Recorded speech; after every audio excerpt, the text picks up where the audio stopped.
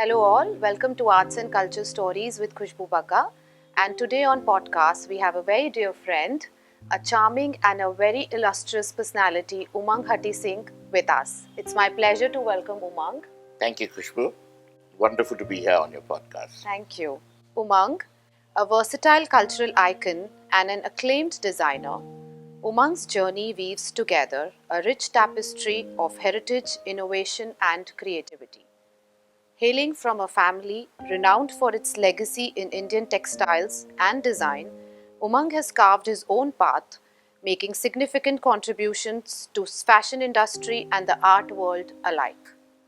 With a keen eye for blending traditional craftsmanship with contemporary aesthetics, his work reflects a deep appreciation for culture and a legacy that we will cherish for many years to come. Before we move ahead, I would like to thank our supporting partners, Petal Foundation, Chaulaz Heritage Jewellery, and this episode is proudly presented to you by Olixir Oils, bringing the essence of purest cold press oils where every seed is pressed with love.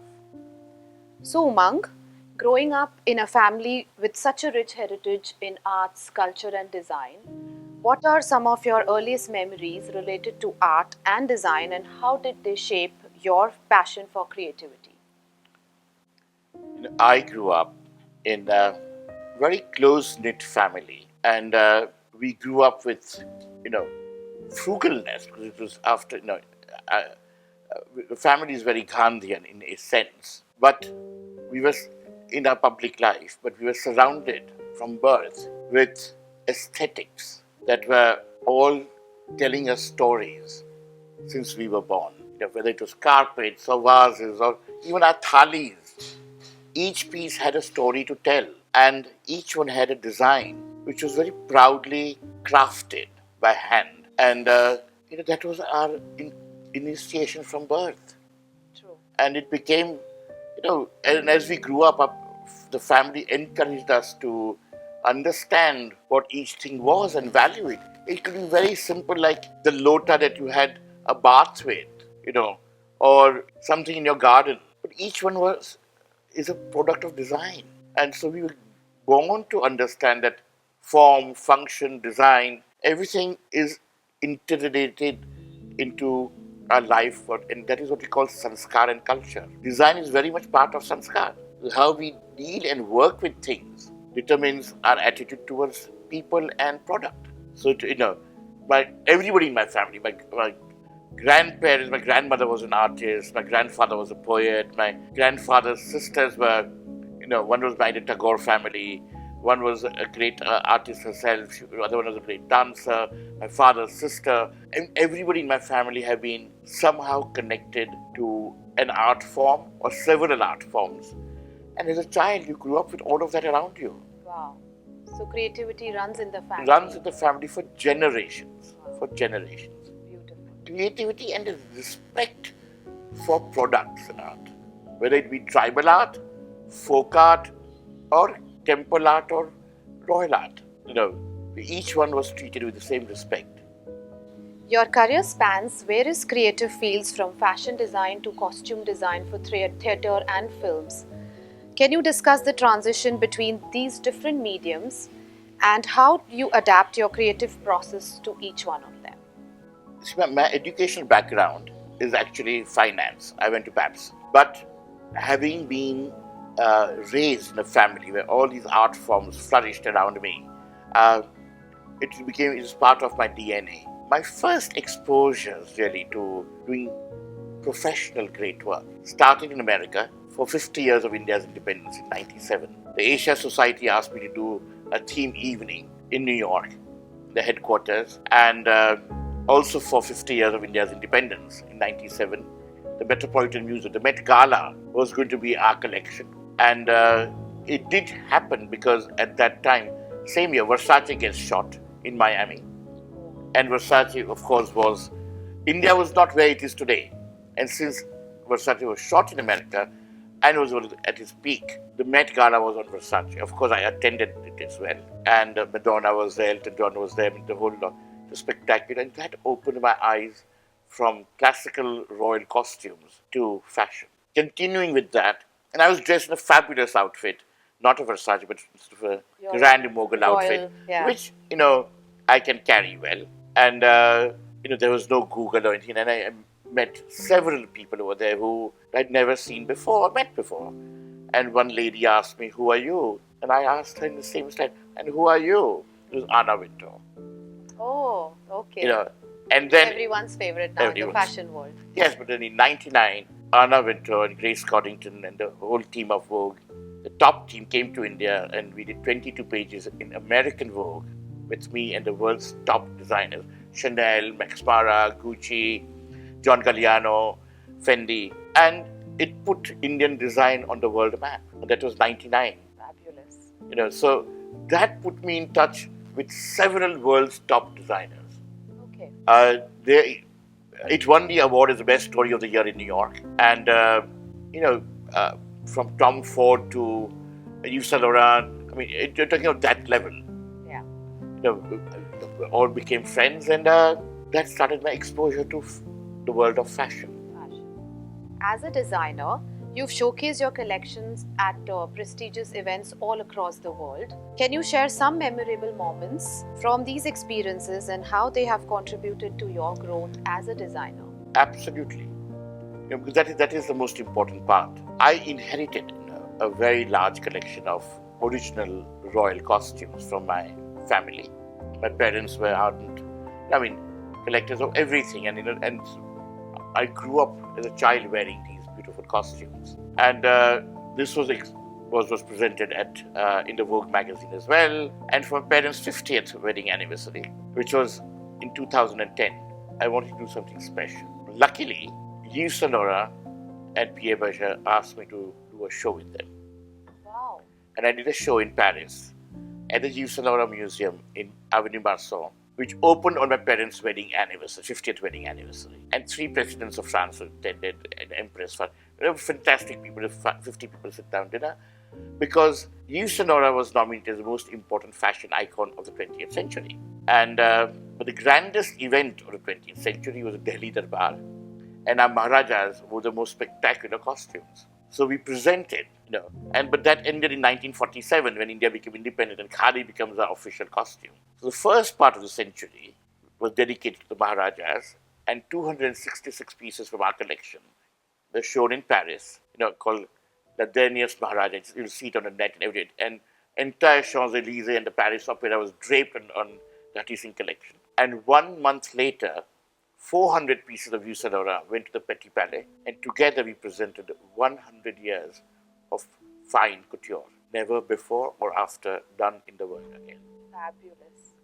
It was there for 5.5 months. Spectacular. And people from across the world attended. And it was the most successful show. It opened the Year of India in France, it opened Paris Fashion Week, and you name the designer of world caliber, and they were there. From Bernard Arnault to Bernard Pinault to the Queen of Bahrain came, Empress Farah Diba came, you name it. Everybody from all over. It was the most successful show at the Yves Saint Laurent Foundation. And Cartier was also part of it. Lovely. So during that time, and when I was presenting this collection, the world's top designers were very impressed and thrilled. And it's wonderful to preserve material heritage and legacy. But India is one of the few countries which also has a large repertoire of living heritage in textiles. Why don't you do something that will keep that alive? And that started the thought process, the inception of me using. Yeah. So I was already working with the craftsmen because they were restoring our costumes, and they were used to creating high quality work for poshak khanas around of our royal family. That's the clothes I have. And they used to restore and manage all of that. So to keep them employed and creating a new product range, so the skill sets would remain, I started my collections, which are one of a kind. They're inspired from the royal collections that I own. It's not from outside, because I have inherited a good collection of royal costumes. And soon it became accessible to connoisseurs across the world. And today I can proudly say I have more than 300 pieces designed and made by me in several important national museums across the world. My last show was with Sheikh Hamad Al Thani Jewels, Altani jewels, original jewels, Akbar, Jahangir, and Shah Jahan, and Nizam, were presented with my costumes at the Miho Museum in Japan. That's the standard I would like to. That's the legacy. That's the legacy. Yeah. You consider yourself a hardcore revivalist, avoiding the fusion of styles and sticking to the classics. How and when did you know that this was going to be your creative direction, your creative identity as a designer? Like I told you, the origin. I grew up classically. I like a rose to smell like a rose, and a jasmine to smell like a jasmine. I don't want a rose to smell like rose and hibiscus, and I don't want a jasmine to smell like, a gardenia and lily mixed together. No. I love this, how you explained it. Yeah. There is certain beauty in purity, especially when it comes to the classics. I will tell you why. We have many, many great stars, whether Elvis Presley or Elton John or Madonna or Justin Bieber. And Rihanna, continue. A generation will adore them. How many of the millennials listen to Elvis Presley today? But the fifth of Beethoven, Mozart, Kishori Amolkar, Girja Devi will live on for legacies. Forever. And generations and forever. That is the beauty of the classic. It's the soft power of a nation which binds all of us together. So I would like my creations the same way. That's what they're called timeless treasures. They're not anchored to a time. They're not a collection of a year. Seasonal, They're not seasonal. They're pieces that even a few generations from now, if anybody took it out of their wardrobe, they would hold their beauty, their style, and their value. Agree. In addition to your design work, you're also an accomplished artist. How do you navigate the intersection of fashion and fine art in your creative practice? And do you find that one form of expression informs the other? Let's say art and design are intertwined. They cannot be separated. So I used to do doodling and drawing since I was a little child. Have you learned art, studied art? Never. Never. But my grandmother was an artist, and mother used to. So, you grew up with art. Yeah, surrounded by it. So, there was a certain, you absorb subconsciously as well. So I, grew up, and then that led to, creating little things here and there. And yes, I've never done art exhibitions, but I've contributed to various interesting moments of art and created fine art pieces as well, sculpture, paintings. Oh, you have? I have. Okay. So, even in the Indigo Museum, Khushboo Bagga Museum, the first piece is mine. The Jain. That's my work. Okay. So it's, it is contemporary, but it's anchored in classical art. True. Showing indigo denim, bringing wealth to India, indigo and cotton. So there's a whole story of interpretation in that, into the classic origins of India. So I do that as well, and I do, all these things are intertwined for me. They are not separate. So creativity runs in your veins. Yeah, whether it's jewellery or sculpture or painting or costumes. Yeah. They all fit in the same, they're different pearls in the same string. Yeah. Even the way you've designed your house, you've styled your house, it's so creative, so beautiful. Thank you. Splendid it is. Thank you. A house with beautiful things, but it's people who come and fill it with love and laughter, which makes it a home. True. And you are one of them. Oh, thank you so much. If you could go back in time and live in an era of your own family history, what years would that be and why?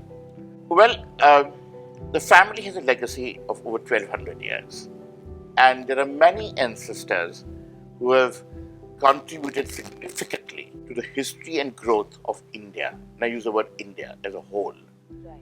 Not just our family, but the whole nation. And we were always taught from childhood, don't think of just building a company, build your country. Build a nation. Build a nation. And several ancestors of mine have followed that. And one wonderful thing that I've learned from as I've grown up, as you grow and you get wiser, from my seniors and adults of my family, that what they have done was not CRS. CSR, it's not corporate social responsibility or marketing thing. It was done for the people of India, and they were not used for marketing or bragging. So it was a genuine service. service to the nation. To the nation. So anyone who's your favorite, like your grandmom, You your know, grandfather? to start with, Shantidas Jhaveri, who was our ancestor, did so much, and he's really the hero of the family, who started the family. I would have loved to live in his era. His era, with him, around Yes, him. because he was Mamas to Mughal Emperor. He was very close to Akbar, Jahangir and Shah Jahan. There's a wonderful book, in fact, just released last month by Penn State University in America, Okay. called Bankrolling an Empire. He was the wealthiest man in India at that time, and he financed the Mughals. So, it is a very fantastic history. You see, whether it was Vasco da Gama or Yu Sang or Christopher Columbus or the English or Dutch East India Company, they did come here to find Maharajas. They came here to find trade. And it is the trade history of India which is very little known. And that is what brought wealth to India. And he was a highly respected man that influenced this aspect of Indian history. Okay. So, Umang, what are some of your most loved and interesting experiences from your travels abroad? Would you like to share with our audience? I have a saying, money makes life comfortable, people make it rich. I'll talk about some experiences which I would say are extremely precious to me, Okay. making my life very rich in that matter. When I was young, I'm at Babson and I grew up, there was a sense of innocence. We were all students and there was no Google. And a bunch of our friends, was, say for example, Ali Reza was the Shah of Iran's son, the Prince of Persia. And you had Vanilio Barca, whose father was the President of Indonesia. Karina Sukarno, or the Sukarno family of Indonesia was the president. Ernesto Bartarelli, who was the youngest billionaire below 40 by Forbes in the world, and who won America's Cup 3 times, which is Mot Alinghi. He's on the Swiss currency. These are the kind of kids one grew up with as innocent young students. Hapte Selassie's, Solomon and Sheba, whose grandfather was the emperor of Ethiopia. And yet we were all running around Boston with our, jeans and t-shirts and eating junk food and chasing the silliest goals one could have. Yeah, like how all children are. Yes, innocent. And 27th of April was Ali Reza's birthday, and Empress Faradiba would have a party at the palace. And 25 kids, and would all go there. And there was no iPhones, there was no pictures being taken. And Ziggy Mali would come and play live, and they would have this wonderful Persian food. That's when I learned that jalebis came from Persia. Oh. Yeah. So, but it was such as, and we'd all be dancing together. So that was the kind of. But today, when you look at it, everybody in that room, all 20, were exceptional children living a private life, but whose parents or grandparents have created world history. True. Then when I was growing up, I was president of international students of Boston University. All the universities in Boston area, from Babson, BU, BC, Radcliffe, Harvard, MIT. So you met so many interesting kids from around the world. And what about your Belgium trip with Picasso's? Because of that, I said, what is the world like?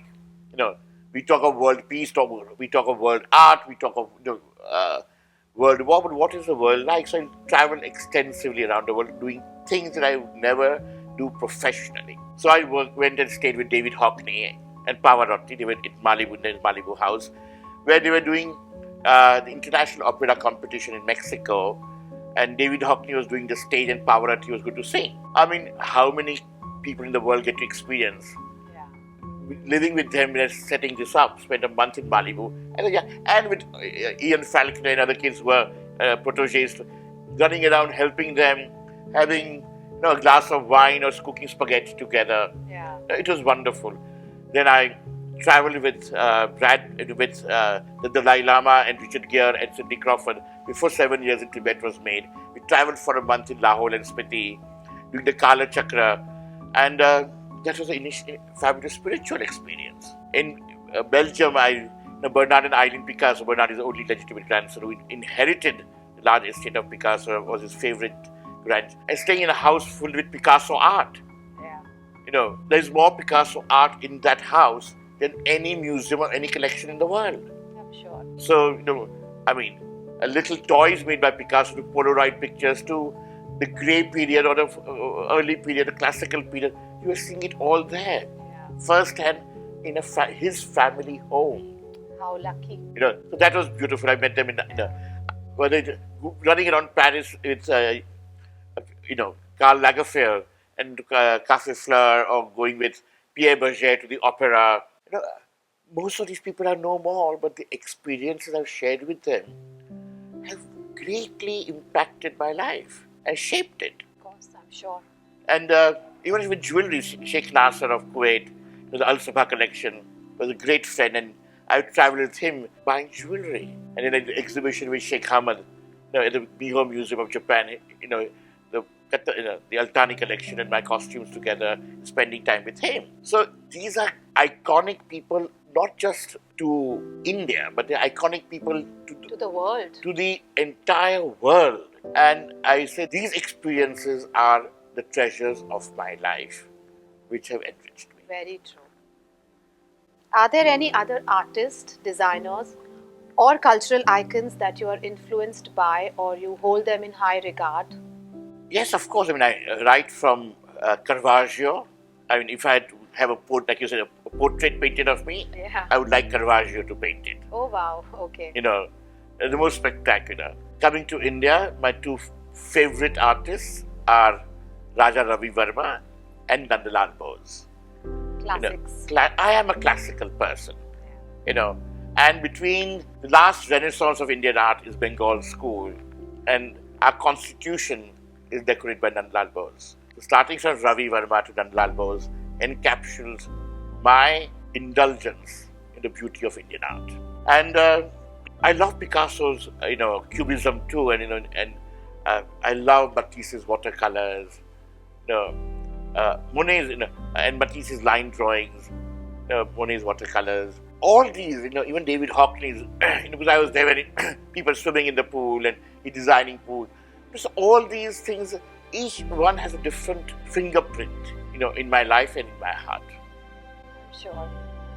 And that is who you are, your experiences. My experience. Even when I was in New York, I spent time with Harry Winston and Ambaji Shinde, looking at the archives and them telling me about how to design jewelry and what to do.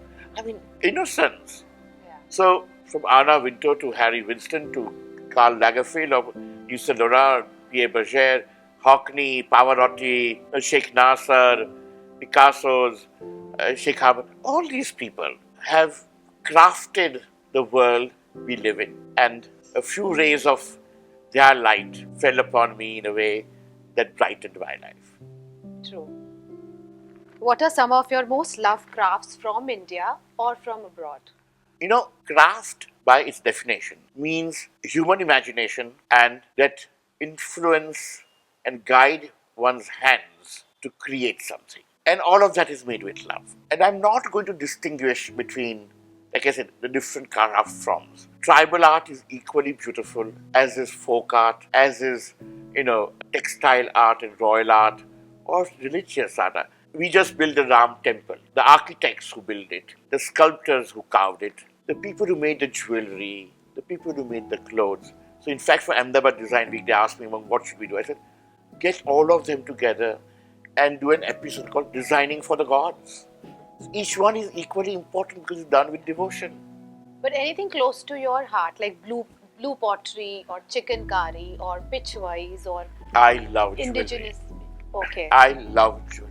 And I travel around the world to see jewelry. That's my utmost passion. So more than textiles. Or uncut diamonds or what Anything. is it? From the jewels of the Tsar of Russia to the jewels of the French royal family to the Mughal jewels or the jewels of our Maharajas. The stones and the craftsmanship, and it brings together a beautiful symphony, right from millions of years of earth creating these stones to the adornment of royalty and gods. It's a narrative that speaks volumes True. of human ingenuity and the earth's contributions to making it happen.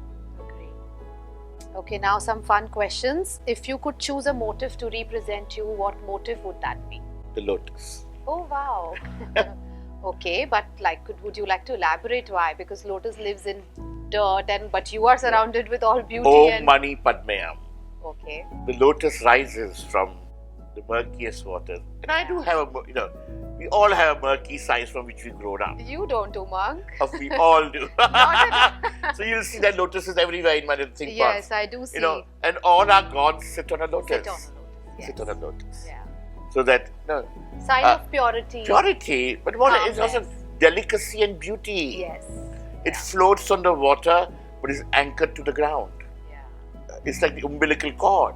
Yeah. Therefore, from the navel of Vishnu, the lotus rises on which Brahma sits. Yeah. How beautiful. So of course, for me, it's your I would favorite. say lotus. Yeah. So if there was a biopic made on you, who would you want to play your role? Play my role? Yeah. Filmy question here. No, I would say Brad Pitt. Oh, wow. Okay. So is he your favorite or something? I've met him. Okay. He lived in New York when he just started. And I think he's extremely charming. He is, of course. And his earlier, whether it was Black, or Troy, Yeah. Any movie he is in, he can play any role and does it superbly. Of course, yeah. And because I have also spent time with him in New York, So it's there's special. a little special. It's special, of course. He knows my madness of those years. Okay. Okay. If there was a song to represent you, what song would that be? I did it my way. Can you sing it for us? Regrets, I have a few, but too few to mention. Life, and I love it by Frank Sinatra, Okay. not other versions of Okay. it. No. I did it my way. Regrets, I have a few, Yeah. but too few to mention. See, I'm a positive person. Yeah.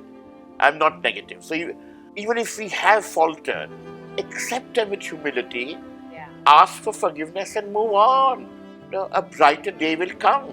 And it is all experiences It's all which teach you. experiences. Yeah. So, and I honestly grew up in Ahmedabad, a privileged child, but grown up with an immense sense of global innocence and purity. And I went out to the world, I fumbled, I tumbled, I fell, I learned to stand up, and I grew. And all those, years are stories which are beautiful. And I will be 60 this year. Wow. And I would say I would not want to be anything less. All those 60 years are precious, that have filled my life with knowledge, warmth, friendship, happiness, and knowledge. I agree with you. So I'm a proud 60. We are proud of you. Thank you. We're proud to have you here in Ahmedabad. Thank you. And like you, I love your energy also and how you. And I wish you equal happiness and growth in your life. You're still a bacha, and I wish you all of that. Yeah. Thank you so much. It's most my pleasure. God bless you. Thank you, Mark. So you have to sign this ceramic plate for us, your signature, Sure. in your signature style. Oh, wait. So I'm going to do something. This is so beautiful. Thank you, Umang. Thank you so much. Pleasure. And this is a hamper for you from our sponsors, Chaulaz Heritage Jewellery. Thank you. Thank you, Khushboo. My pleasure.